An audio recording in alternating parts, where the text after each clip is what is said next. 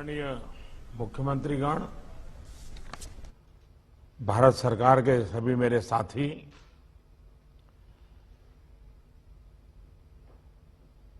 आप सभी ने वर्तमान परिस्थिति की जो गंभीरता है उसका आकलन करते हुए कई महत्वपूर्ण बिंदु आज सामने रखे हैं और कई जरूरी सुझाव भी दिए हैं। और बहुत स्वाभाविक था कि जहां पर मृत्यु दर ज्यादा है, जहां पर कोरोना का स्प्रेड तेज हो रहा है, उन राज्यों के साथ विशेष रूप से चर्चा की गई है। लेकिन बाकी राज्यों के पास भी काफी अच्छे सुझाव हो सकते हैं। तो मैं आग्रह करूंगा कि ऐसे कोई पॉजिटिव सुझाव जो जरूरी हैं, आपको लगता है, वो मेरे तक पहुंचाइए ताकि कोई रणनीति बनाने में वो उपकारक होंगे। अभी यहां जो भारत सरकार की तरफ से स्वास्थ्य सचिव की तरफ से प्रेजेंटेशन रखा गया, उससे भी स्पष्ट है कि एक बार फिर चुनौतीपूर्ण स्थिति बन रही है। कुछ राज्यों में स्थिति ज्यादा चिंताजनक है। ऐसे में गवर्नेंस सिस्टम में सुधार ये बहुत आवश्यक है। ये मैं समझ सकता हूं कि साल भर की इस लड़ाई के कारण व्यवस्था में भी थकान आ सकती है, ढीलापन भी आ सकता है। लेकिन ये 2-3 सप्ताह और अगर हम टाइट करें और अदर गवर्नर्स को बड़ा मजबूत करें, इस पर हमने बल देना चाहिए। साथियों, आज की समीक्षा में कुछ बातें हमारे सामने स्पष्ट हैं और उन पर हमें विशेष ध्यान देने की जरूरत है। पहला, देश फर्स्ट वेव के समय की पीक को क्रॉस कर चुका है और इस बार के ग्रोथ रेट में पहले से भी ज्यादा तेज है। दूसरा, महाराष्ट्र, छत्तीसगढ़, पंजाब, मध्य प्रदेश, गुजरात समेत कई राज्य फर्स्ट वेव की पीक को भी क्रॉस कर चुके हैं। कुछ और राज्य भी इस ओर तेजी से बढ़ रहे हैं। मैं समझता हूं कि हम सबके लिए ये चिंता का विषय है, सीरियस कंसर्न है। और तीसरा, इस बार लोग पहले की अपेक्षा बहुत अधिक कैजुअल हो गए हैं। अधिकतर राज्यों में प्रशासन भी सुस्त नजर आ रहा है। ऐसे में कोरोना के केसेस की इस अचानक बढ़ोतरी ने मुश्किलें ज्यादा पैदा की है। कोरोना के प्रसार को रोकने के लिए फिर से युद्ध स्तर पर काम करना आवश्यक है। साथियों, इन तमाम चुनौतियों के बावजूद हमारे पास पहले की अपेक्षा बेहतर अनुभव है, पहले की अपेक्षा अच्छे संसाधन है और अब एक वैक्सीन भी हमारे पास है। जन भागीदारी के साथ साथ हमारे परिश्रमी डॉक्टर्स और health workers, health care staff ने स्थिति को संभालने में बहुत मदद की और आज भी कर रहे हैं। आप सभी में अपने पहले के अनुभवों का प्रभावी ढंग से उपयोग अपेक्षित है।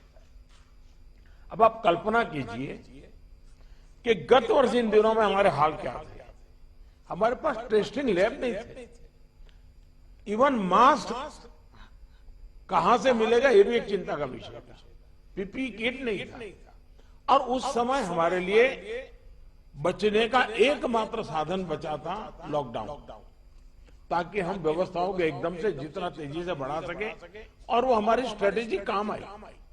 हम व्यवस्थाओं को बना सके, संसाधन खड़े कर पाए, हमारी अपनी कैपेबिलिटी बढ़ाई, दुनिया से जहां से प्राप्त कर सकते कर पाए और लॉकडाउन के समय का हमने उपयोग किया। लेकिन आज जो स्थिति है, आज जब हमारे पास सब संसाधन है, तो हमारा बल, और ये हमारे गवर्नेंस की कसौटी है, हमारा बल माइक्रो कंटेनमेंट जोन पर होना चाहिए। छोटे छोटे कंटेनमेंट जोन पे सबसे ज्यादा होना चाहिए। जहां पर रात्रि कर्फ्यू का प्रयोग हो रहा है, वहां मेरा आग्रह है कि उसके लिए शब्द प्रयोग हमेशा करें, कोरोना कर्फ्यू, ताकि कोरोना के प्रति एक सजगता बनी रहे। कुछ लोग ये इंटेलेक्चुअल डिबेट करते हैं कि क्या कोरोना रात को ही आता है।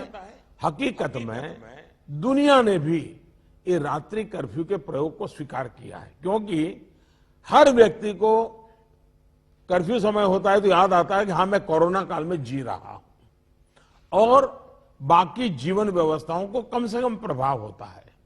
हाँ, अच्छा होगा कि हम कोरोना कर्फ्यू रात को 9 बजे शुरू करें या रात को 10 बजे शुरू करें और सुबह 5-6 बजे तक चलाएं, ताकि बाकी व्यवस्थाओं को प्रभाव ज्यादा न हो। और इसलिए उसको कोरोना कर्फ्यू के नाम से ही प्रचलित करें। और कोरोना कर्फ्यू एक प्रकार से लोगों को एजुकेट करने के लिए काम आ रहा है, अवेयरनेस के लिए काम आ रहा है, तो हमने इसके तरफ ध्यान देने के। लेकिन मैंने पहले कहा, अब हमारे पास व्यवस्थाएं इतनी हो चुकी हैं, माइक्रो कंटेनमेंट जोन, उसी पर बल दीजिए, आपको अच्छे परिणाम मिलेंगे। हां, उसमें जरा सरकार को थोड़ी मेहनत ज्यादा पड़ती है, गवर्नेंस को टाइट रखना पड़ता है, हर चीज को माइन्यूटली ऑब्जर्व करना पड़ता है, लेकिन ये मेहनत रंग लाएगी, ये मुझ पर विश्वास कीजिए। दूसरी बात है, हमने पिछली बार कोविड का आंकड़ा 10 लाख एक्टिव केसेस से 1.25 लाख तक नीचे लाकर दिखा दिया था। ये जिस रणनीति पर चलते हुए संभव हुआ, वो आज भी उतने ही सटीक है। और मजा देखिए, उस समय सफलता हम ही लोगों ने पाई थी, तब संसाधन भी कम थे। आज तो संसाधन ज्यादा है और अनुभव भी ज्यादा है, और इसलिए हम इस पीक को बहुत तेजी से नीचे ला सकते हैं, पीक को ऊपर जाते रोक भी सकते हैं। और अनुभव कहता है कि test, track, treat, Covid appropriate behaviour और कोविड मैनेजमेंट, इन्हीं चीजों पर हमें बल देना है। और आप देखिए, अब एक विषय ऐसा आया है, मैं आप सभी मुख्यमंत्रियों से आग्रह करता हूं कि आप अपने राज्य की मशीनरी के द्वारा थोड़ा अगर एनालिसिस करें, सर्वे करें, और एक सवाल का जवाब हमें मिल सकता है क्या, मैं इसको सवाल के रूप में कह रहा हूं। होता क्या है कि इन दिनों कोरोना में, ये थोड़ा वेरिफिकेशन का विषय है, लेकिन आप भी उसको राज्य में करवा सकते हैं। पहले कोरोना के समय क्या होता था, हल्के फुल्के सिम्टम्स भी लोग डर जाते थे, तो तुरंत एक्शन लेते थे। दूसरा, इन दिनों बहुत पेशेंट असिम्टोमेटिक है, और उसके कारण उनको लगता है तो ऐसे ही थोड़ा जुकाम हो गया, ऐसा हो गया, कभी कभी तो वो भी नजर नहीं रहा, और उसके कारण वो परिवार में पहले की तरह ही जिंदगी जीते हैं, और परिणाम स्वरूप पूरा परिवार लपेट जाता है, और फिर इंटेंसिटी बढ़ती है, तब हमारे ध्यान आता है।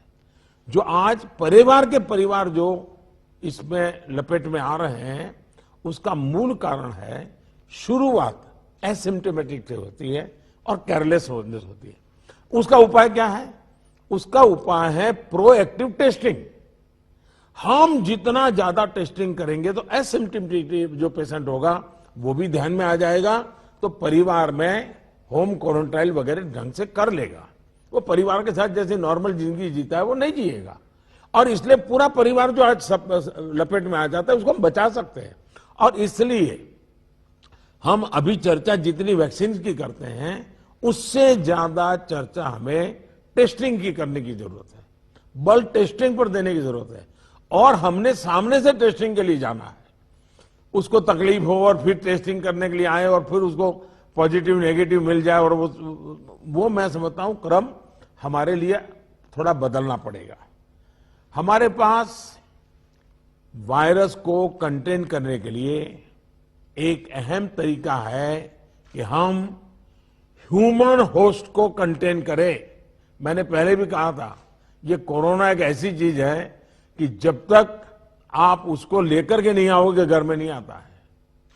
और इसलिए ह्यूमन सोर्स जो है हर एक को हमने जागरूक करना पड़ेगा, उसने नियमों का पालन करना होगा, ये बहुत आवश्यक है।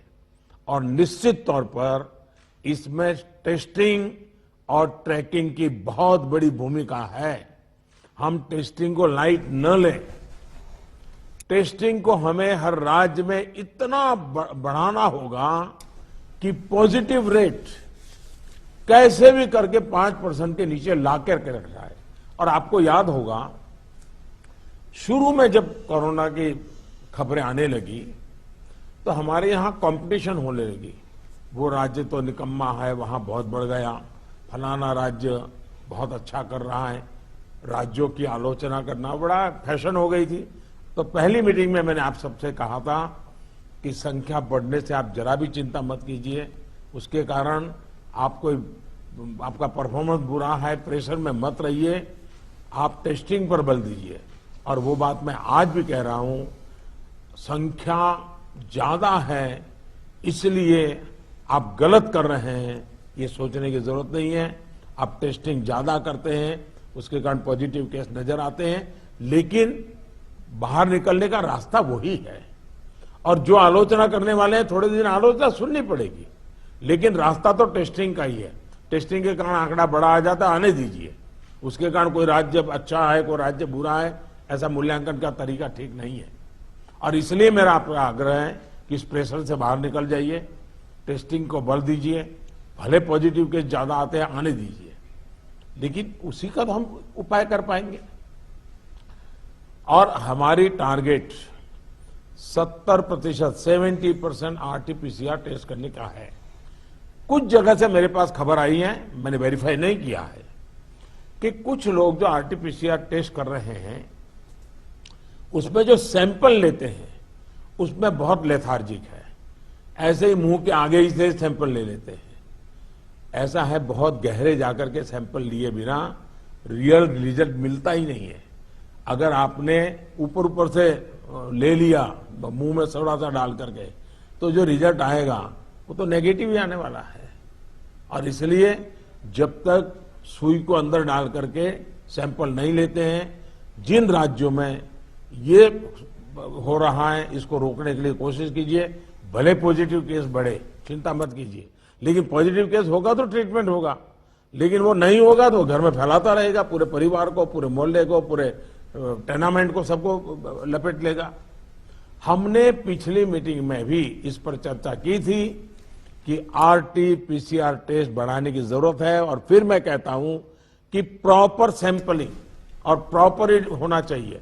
आपने देखा होगा, कुछ लैब सबको निगेटिव दे रही है, कुछ लैब सबको पॉजिटिव दे रही है, तो ये तो अच्छी चित्र नहीं है, तो कहीं कुछ कमी है। और ये गवर्नेंस के माध्यम से हमने चेक करना होगा। कुछ राज्यों को इसके लिए इंफ्रास्ट्रक्चर बढ़ाने की जरूरत होगी, लेकिन इसे जितनी तेजी से करेंगे उतना ही मददगार होगा। लैब्स में शिफ्ट बनाने की जरूरत करनी है, तो मैं समझता हूं इसे भी किया जाना चाहिए।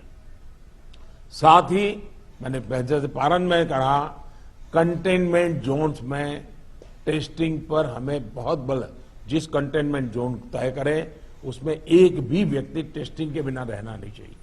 आप देखिए, आपको परिणाम फटाफट मिलना शुरू हो जाएगा। साथियों, जहां तक ट्रैकिंग का प्रश्न है, प्रशासनिक स्तर पर हर इन्फेक्शन के हर कॉन्टैक्ट को ट्रैक करना, टेस्ट करना और कंटेन करना, इनमें बहुत तेजी की जरूरत है। 72 आवर्स में कम से कम 30 कॉन्टैक्ट ट्रेसिंग से हमारा टारगेट कम नहीं होना चाहिए। एक व्यक्ति का खबर आया तो उसके 30 संबंधित लोगों जो भी मिले हैं उसको हमने करना ही पड़ेगा। कंटेनमेंट जोन की भी सीमाएं स्पष्ट होनी चाहिए, वेग नहीं होना चाहिए। पूरे के मोहल्ले, इलाके के इलाके, ऐसा मत करो। अगर 2 फ्लैट हैं एक इमारत में, 6 मंजिला है, तो फिर उतनों को ही करो। बगल का टावर है उसको बाद में देखो। अदरवाइज क्या होगा कि हम सब के सब सरल मार्ग यही है कि मेहनत कम पड़ती है, ये कर दो, उस दिशा में मत जाइए। आप सब इस दिशा में सक्रिय हैं, बस हमारी सतर्कता में कोई कमी नहीं आनी चाहिए, यही मेरा आग्रह रहेगा। हमें ये सुनिश्चित करना है कि कोविड फटीग के चलते जमीन तक जाते जाते प्रयासों में सुस्ती किसी भी प्रकार से नहीं आने देनी है। कई राज्यों में कॉन्टैक्ट ट्रेसिंग को पीरियोडिकली क्रॉस चेक करने के लिए भी टीम्स बनाकर काम किया है। इसके अच्छे नतीजे मिले हैं। हम सबको ये भी अनुभव है कि जहां कंटेनमेंट जोन में हेल्थ मिनिस्ट्री की एसओपीज का, और मैं मानता हूं ये एसओपी बड़े अनुभव से तैयार हुई है और समय समय पर उसको अपग्रेड किया गया है, उस एसओपी का प्रभावी पालन हो रहा है, वहां बहुत अच्छी सफलता मिल रही है। इसलिए मेरा ये सुझाव जरूर होगा कि इस और विशेष ध्यान दिया जाए। साथियों, हमने चर्चाओं के दौरान अभी मोर्टालिटी रेट पर चिंता जताई। ये कम से कम रहे, इन पर भी हमें बहुत जोर देना है। और उसका मूल कारण यही है कि वो रूटीन लाइफ जीता है, मामूली बीमारी ऐसा मान लेता है, पूरे परिवार में फैला देता है और फिर एक स्थिति बिगड़ने के बाद अस्पताल तक आता है, फिर टेस्टिंग होता है और तब चीजें हमारे हाथ से निकल जाती है। हमारे पास हर हॉस्पिटल में डेथ एनालिसिस की जानकारी होनी चाहिए।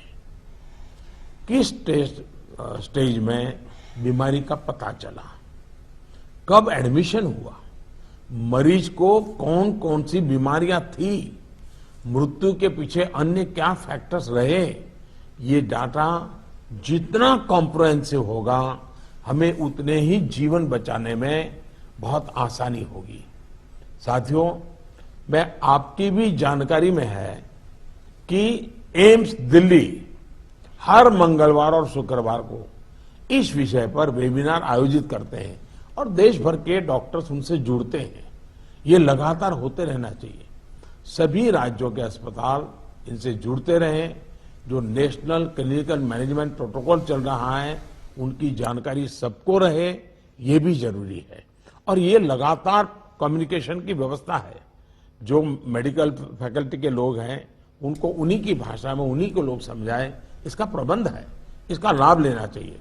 इसी तरह एम्बुलेंसेस, वेंटिलेटर्स और ऑक्सीजन अवेलेबिलिटी की भी लगातार समीक्षा आवश्यक है।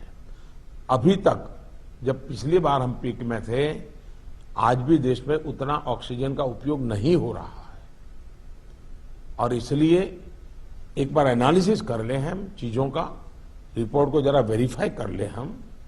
साथियों, एक दिन में हम 40 लाख वैक्सीनेशन के आंकड़े को भी पार कर चुके हैं। वैक्सीनेशन पर कई महत्वपूर्ण बिंदु इस चर्चा में हमारे सामने आया है। देखिए, वैक्सीनेशन में भी आपके अधिकारियों को लगाइए, दुनिया भर के समृद्ध से समृद्ध देश जिसके पास सब सुविधाएं उपलब्ध है, उन्होंने भी वैक्सीनेशन के लिए जो क्राइटेरिया तय किए हैं, भारत उनसे अलग नहीं है। आप जरा स्टडी तो कीजिए, आप पढ़े लिखे लोग आपके पास है, जरा देखिए तो सही। और नए वैक्सीन डेवलपमेंट के लिए जितना भी कोशिश हो रही है, मैक्सिमम वैक्सीनेशन और मैन्युफैक्चरिंग कैपेसिटी है, उसके लिए भी काम हो रहा है। और वैक्सीन के डेवलपमेंट से लेकर स्टॉक और वेस्टेज जैसे जरूरी बिंदुओं पर भी चर्चा हुई है। ये बात सही है। आपको मालूम है कि भी इतनी वैक्सीन बन पाती है। अभी ऐसा तो नहीं है कि इतने बड़े बड़े फैक्ट्रियां कोई रातों रात लग जाती हैं। जो हमारे पास अवेलेबल है उसके हमें प्रायोरिटाइज करना पड़ेगा। किसी एक राज्य में सारा माल रख करके हमें परिणाम मिल जाएगा, ये सोच ठीक नहीं है। हमें पूरे देश को ख्याल करके ही उसको मैनेजमेंट करना पड़ेगा। कोविड मैनेजमेंट का एक बहुत बड़ा पार्ट वैक्सीन वेस्टेज ये रोकना भी है। साथियों, वैक्सीन को लेकर राज्य सरकारों की सलाह, सुझाव और सहमति ने से ही देशव्यापी रणनीति बनी है। मेरा आप सभी से आग्रह होगा कि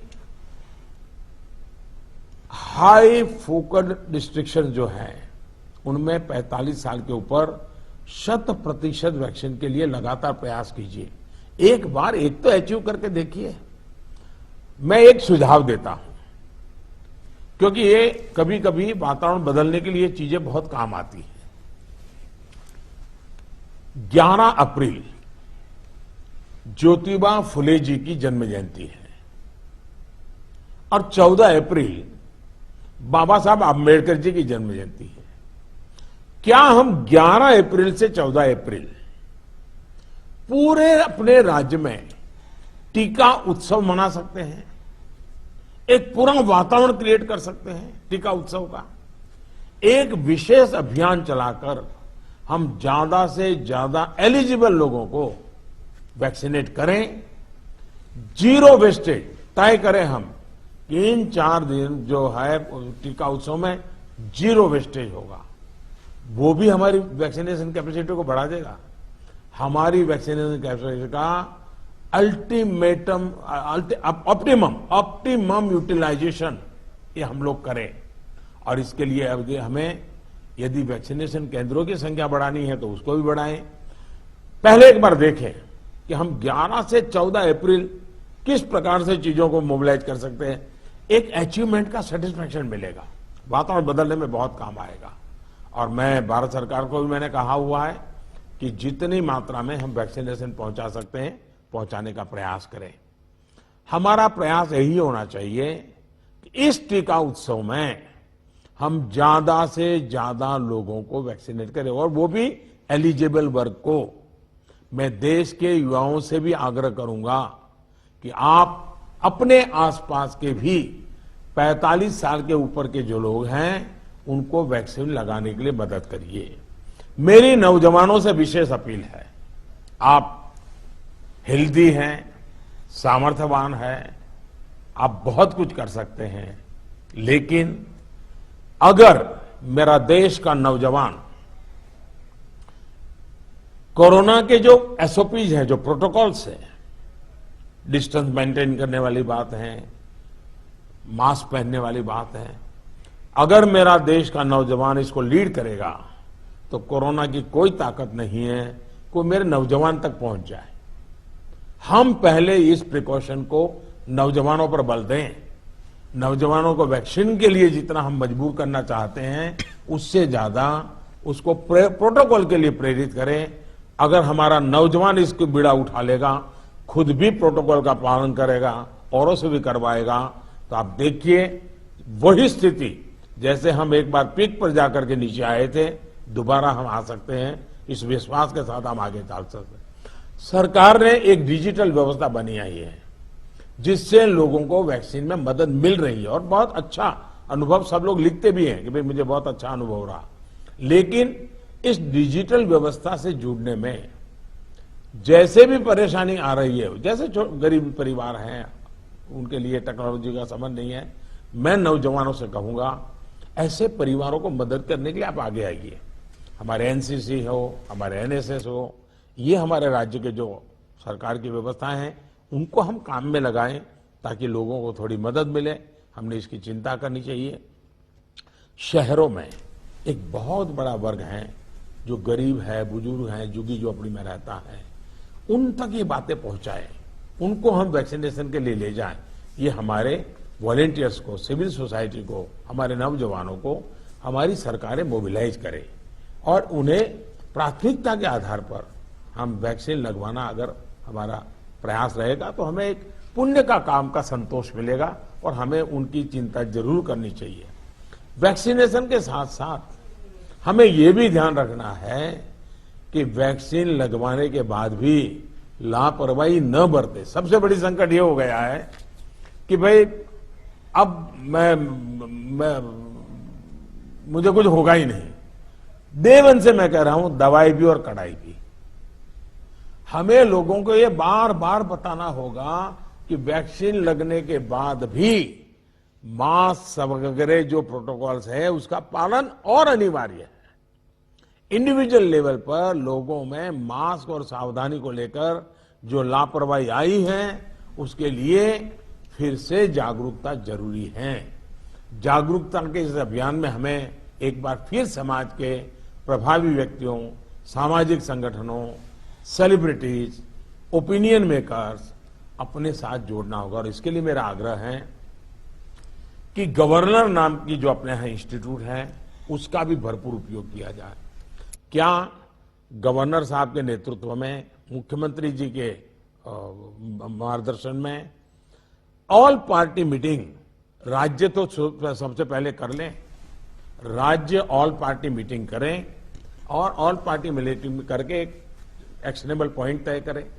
फिर मेरा आग्रह है कि गवर्नर साहब और मुख्यमंत्री मिलकर के जितने भी इलेक्टेड लोग हैं उनका वर्चुअल वेबिनार करें। पहले अर्बन बॉडीज का करें, फिर रूरल बॉडीज का करें, जितने लोग चुन करके आए हैं उनसे करें और उनके सामने सभी आपके असेंबली में जो जीत करके लोग आए हैं उसके जो फ्लोर लीडर हैं सब संबोधित करें। तो एक पॉजिटिव मैसेज अपने आप शुरू हो जाएगा कि भाई इसमें राजनीति नहीं करनी है, सबने मिलकर के करना है। तो मैं समझता हूं एक तो ये प्रयास करना चाहिए। दूसरा, गवर्नर साहब के नेतृत्व में, क्योंकि मुख्यमंत्री के पास बहुत काम रहते हैं, लेकिन गवर्नर साहब के नेतृत्व में एक आध समिट, बड़ा वेबिनार भी किया जाए और जो शहर हो वहां पर लोकल हो तो सभी धार्मिक नेताओं को बुला करके एक समिट हो जाए और बाकी लोगों को वर्चुअल जोड़ा जाए। जो सिविल सोसाइटी के लोग हैं एक आध समिट उनका कर लिया जाए। जो सेलिब्रिटीज हैं, लेखक हैं, कलाकार हैं, खिलाड़ी हैं, उनको एक बार कर लिया जाए। मैं समझता हूं कि ये गवर्नर के माध्यम से इस प्रकार के लगातार भिन्न भिन्न समाजों के लोगों को जोड़ने का एक मूवमेंट चलाया जाए। और यही बात कि भाई आप इन प्रोटोकॉल का फॉलो कीजिए, टेस्टिंग पर बल दीजिए। हमारा क्या हुआ है, हम एकदम टेस्टिंग भूल करके वैक्सीन पे चले गए। वैक्सीन जैसे जैसे प्रोडक्ट होगी, जैसे जैसे पहुंचेगी। हमने लड़ाई जीती थी बिना वैक्सीन को। वैक्सीन आएगी कि नहीं आएगी वो भी भरोसा नहीं था, तब हम लड़ाई जीते हैं। तो आज हमें इस प्रकार से भयभीत होने की कोई जरूरत नहीं है, लोगों को भयभीत होने नहीं देना है। अगर हम जिस तरीके से लड़ाई को लड़े थे उसी तरीके से लड़ाई को जीत सकते हैं। और जैसा मैंने कहा, पूरे परिवार लेपट में आ रहे हैं, उसका मूल कारण जो मुझे नजर आता है, फिर भी आप लोग इसको वेरीफाई कीजिए। मैं क्लेम नहीं कर रहा हूं किसी चीज का, मैं सिर्फ अपना ध्यान आकर्षित करता हूं कि एसिम्प्टोमेटिक कारणों से शुरू में परिवार में ये फैल जाता है, फिर अचानक परिवार में जो पहले से बीमार व्यक्ति है या कुछ करने वाला है वो एकदम से नए संकट में आ जाता है, फिर पूरा परिवार संकट में आ जाता है। और इसलिए मेरा आग्रह है, प्रोएक्टिवली हमने टेस्टिंग पर बल देना होगा। हमारे पास व्यवस्था है, हिंदुस्तान के हर जिले में लैब बन चुकी है। एक लैब से शुरू किया था हमने, आज हर जिले में लैब पहुंच गई है। और हम इस चीज को बल ना दे तो कैसे होगा। इसलिए मेरा आग्रह है, जहां तक राजनीति करना न करने का सवाल है, मैं तो डे वन से देख रहा हूं, भांति भांति के बयानों को झेल रहा हूं, लेकिन मैं कभी मुंह खोलता नहीं हूं, क्योंकि मैं मानता हूं ये हिंदुस्तान के लोगों की सेवा करना पवित्र हमारा जिम्मेवारी है। हमें ईश्वर ने इस समय ये कठिन परिस्थिति में सेवा करने का जिम्मा दिया है, हमने इसको निभाना है। जो राजनीति करना चाहते हैं वो कर ही रहे हैं, उनके लिए मुझे कुछ कहना नहीं है। लेकिन हम सभी मुख्यमंत्री अपने राज्य के सभी दलों को बुला करके, सभी प्रकार के लोगों को साथ रख करके अपने राज्य में स्थिति को बदलने के लिए आगे आएंगे। मुझे पक्का विश्वास है इस संकट को भी हम देखते ही देखते पार करके निकल जाएंगे। फिर एक बार मेरा यही मंत्र है, दवाई भी और कड़ाई भी। ये इस विषय में कोई कॉम्प्रोमाइज मत कीजिए जी। मैंने पिछली बार भी कहा था कि आपको जुकाम की दवा ले ली और बाहर बारिश आ रही, आप कहें मैं छाते का उपयोग नहीं करूंगा, ये नहीं चल सकता है। आपको अगर जुकाम हुआ है, दवाई ली है, ठीक हुए, तो भी अगर बारिश आ रही है तो आपको छाता रखना ही पड़ेगा, रेनकोट पहनना ही पड़ेगा। वैसा ही ये कोरोना एक ऐसी बीमारी है जैसे हर प्रोटोकॉल में फॉलो करते हैं, इसको भी करना पड़ेगा। और मैं ये कहूंगा कि जैसे हमने पिछली बार कोरोना को नियंत्रित किया था, वैसे ही हम इस बार भी कर लेंगे, मेरा पक्का विश्वास है और मेरा आप पर भरोसा है। आप अगर इनिशिएटिव लेंगे, चिंता करेंगे और फोकस टेस्टिंग पे कीजिए। वैक्सीनेशन की व्यवस्था एक लंबे कालखंड के लिए है जो निरंतर चलानी होगी, वो चलाते रहेंगे। आज बल हम इस पर दें और जो एक टीका उत्सव एक ब्रेक थ्रू करने के लिए तय किया है, उस टीका उत्सव पर हम एक नई सफलता प्राप्त करें, एक नया विश्वास पैदा करने के लिए एक छोटा सा अवसर काम आ सकता है। मैं फिर एक बार आपके सुझावों की प्रतीक्षा करूंगा। बहुत बहुत धन्यवाद।